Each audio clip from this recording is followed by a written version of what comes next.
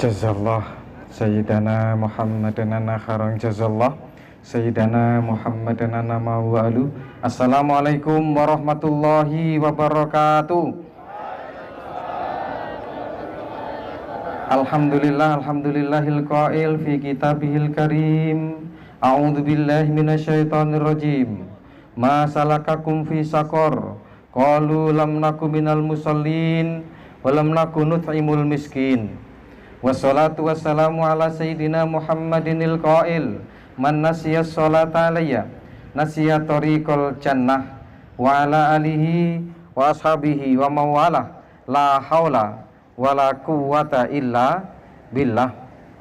Amma ba'du, yang terhormat Bapak Kapolres Oku Timur, Bapak Wakapolres, Bapak-bapak Kasat, Bapak-bapak Kabak, Kanit, dan seluruh perwira dan bintara di lingkungan Mapolres Oku Timur. Insya Allah pagi yang cerah ini kita semua diberkahi Allah. Amin. Amin ya Rabbal Alamin. Ibu, bapak, hadirin sekalian, jika kaya dan miskin itu sebuah pilihan, ibu dan bapak pilih kaya apa pilih miskin?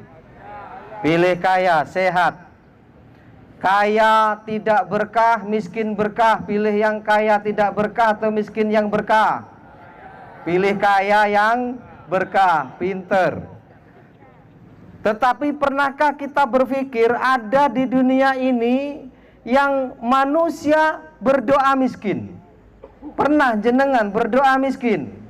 Tidak mungkin, kita pasti berdoa kaya. Tapi ada sahabat Rasul bernama Abdurrahman bin Auf, saudagar kaya raya, berdoanya miskin tapi enggak miskin-miskin. Kenapa beliau berdoa miskin? Karena beliau pernah mendengar sebuah kalimat, ad-dunya halaluha hisabun. Dunia itu halalnya akan dihisab. Wa haramuha iqabun, dan haramnya dunia itu akan diazab. Dari kalimat itulah kemudian beliau berpikir dan selalu ingin jadi orang miskin. Kenapa? Karena sebenarnya dia kaya itu bukan karena bisnisnya yang luar biasa. Bisnisnya sedang-sedang saja. Tetapi Allah takdirkan uangnya banyak banget. Sampai ada istilah membuka seonggok kayu, dibuka, di dalamnya ada emas. Bahkan debu di tangan Abdurrahman bin Auf itu akan menjadi emas. Saking pinternya berbisnis. Pada suatu ketika kota Madinah dihebohkan oleh angin yang luar biasa, oleh debu yang luar biasa, karena di sana memang tidak seperti kita, tanahnya selalu berdebu kalau ada pasukan atau kelompok unta atau kelompok kuda. Ribut orang Madinah, itu ada apa, itu ada apa. Ternyata kelompoknya Abdurrahman bin Auf dengan hartanya yang dipindahkan dari satu gudang ke gudang yang lain berjumlah 700 kuda, 700 unta, yang di atas unta itu ditumpangi hartanya Abdurrahman bin Auf, hingga kemudian sampai meleburkan atau menaikkan debu hingga kota Madinah pun heran. Ini siapa ini? Abdurrahman bin Auf, saking banyak hartanya. Tetapi kemudian Aisyah ngomong bahwa Rasul pernah bersabda, anna Abdurrahman bin Auf yadkhulul jannata habwan. Sesungguhnya Abdurrahman bin Auf yang kaya itu, kata Rasulullah, dikutip oleh Aisyah, bahwa masuk surganya Abdurrahman bin Auf itu secara merangkak, dengan cara merangkak. Lalu kalimat itu disampaikan kepada Abdurrahman bin Auf. Lalu kemudian dia apa? Ngomong sama Sayyidatuna Aisyah, hai Aisyah, saksikan hari ini separuh dari hartaku aku infakkan fisabilillah. Itu pun masih nanti Abdurrahman bin Auf masuk surga, Bapak, masih merangkak meskipun banyak sedekahnya. Pernah perang, dalam perang Tabuk itu masyhur sekali. seluruh peralatan perang dan seluruh logistik itu disediakan oleh Abdurrahman bin Auf saking kayanya. Tetapi apa? Doanya pingin miskin. Kenapa? Karena memang orang kaya itu apa tadi yang pertama Bapak? Halaluha hisabun. Halalnya dunia itu akan dihisab. Waharamuha iqabun, dan haramnya akan diazab. Di situ dia berpikir, berarti nanti saya akan terakhir masuk surga. Maka dia ingin menjadi orang miskin. Ya Allah, miskinkan aku ya Allah. Aku pengen cepat masuk surga, jangan sampai terakhir. Meskipun bapak-bapak, ibu-ibu, Abdurrahman bin Auf itu salah seorang dari 10 sahabat yang dijamin masuk surga. Tapi masuknya terakhir. Kenapa? Karena banyak hartanya. Di dunia ini seperti kita mampir di Indomaret.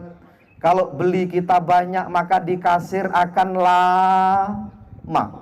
Tapi kalau hanya sekedar membeli air mineral, cepet di kasir, cepet. Begitulah bayangan nanti yaumul hisab. Maka dengan itu kemudian dia ingin mensedekah. Pulang perang dari Tabuk, masyarakat karena saking lamanya perang Tabuk, itu seluruh hasil kurma orang-orang Madinah itu terkena busuk. Kenapa busuk? Karena lama dalam peperangan hingga kurmanya enggak terurusi. Nah, Abdurrahman bin Auf ingin jadi miskin. Seluruh asetnya dijual untuk membeli kurma busuk. Kurma busuk, masyarakat udah gelisah. Ini siapa yang mau membeli kurma busuk? Ternyata Abdurrahman bin Auf menampung seluruh kurma busuk. Kurma busuknya itu dibiarkan berhari-hari agar dia bangkrut. Ada sekarang perusahaan yang pengen bangkrut? Nggak ada. Abdurrahman bin Auf pengen bangkrut. Dia beli kurma busuk, ditumpuk, dibiarkan. Lalu apa yang terjadi? Ada utusan dari Persia mencari kurma busuk. Disuruh oleh rajanya. Hai anak buahku, engkau cari kurma busuk. Ada kabarnya Abdurrahman bin Auf menyimpan kurma busuk. Yang bisa, karena ternyata Bapak Ibu, di kerajaan itu ada penyakit, yang penyakit itu menular, sembuh dengan kurma busuk. Akhirnya apa? Udah ambil aja. Tidak, rajaku nggak mau ngambil saja. Rajaku akan membayar 10 kali lipat dari harga biasa. Gagal miskin, Pak. Kita ini gagal kaya. Abdurrahman bin Auf gagal miskin. Kenapa demikian? Karena sedekahnya luar biasa. Alladzina yunfikuna amwalahum fi sabilillahi kamathali habbah ambatat sab'a sanabila fi kulli sumbulatin mi'atu habbah wallahu yudha'ifu liman yasha wallahu wasi'un alim. Bahwa orang-orang yang mensedekahkan hartanya 1 rupiah itu akan tumbuh 7 tangkai. Dari tangkai per tangkai itu tumbuh 100. Berapa? 1 rupiah menjadi 700 rupiah. Dan itu terjadi pada Abdurrahman bin Auf. Meskipun dia berdoa untuk miskin, karena sedekahnya banyak, maka miskinnya pun gagal. Justru uangnya berlimpah ruah dari penjualan kurma yang busuk. Terakhir saya sampaikan, Bapak Ibu hadirin sekalian dirahmati Allah, nanti Bapak di alam sana, alam akhirat, itu orang-orang anil mujrimin, orang-orang yang berdosa itu ditanya, masalakakum fi sakor, apa yang menyebabkan kalian masuk neraka sakor? Qalu lam naku minal musallin, karena kami tidak sholat. Walam nut imul miskin, karena kami tidak memberikan makan fakir miskin. Memberikan fakir miskin makanan itu salah satu sedekah atau infak. Jadi orang yang pelit, orang yang nggak sholat, itu nanti di neraka mana Bapak? Neraka sakor. Dan ini gambaran juga bagaimana orang diperintahkan secara implisit dari Al-Quran untuk selalu bersedekah, dan hasilnya luar biasa. Insya Allah ini saja yang bisa saya sampaikan. Assalamualaikum warahmatullahi wabarakatuh.